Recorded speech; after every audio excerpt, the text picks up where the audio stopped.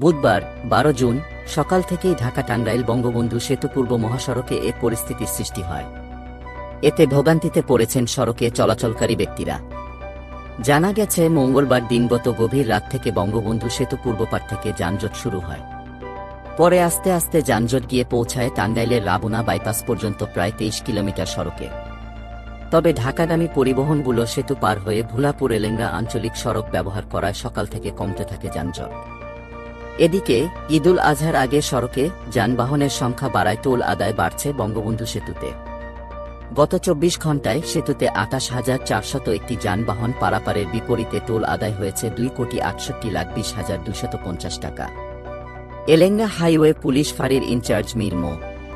সাজেদুর রহমান গণমাধ্যমকে জানান, এলেঙ্গা থেকে সেতু পর্যন্ত মহাসড়কে ৪ লেনের কাজ চলমান রয়েছে।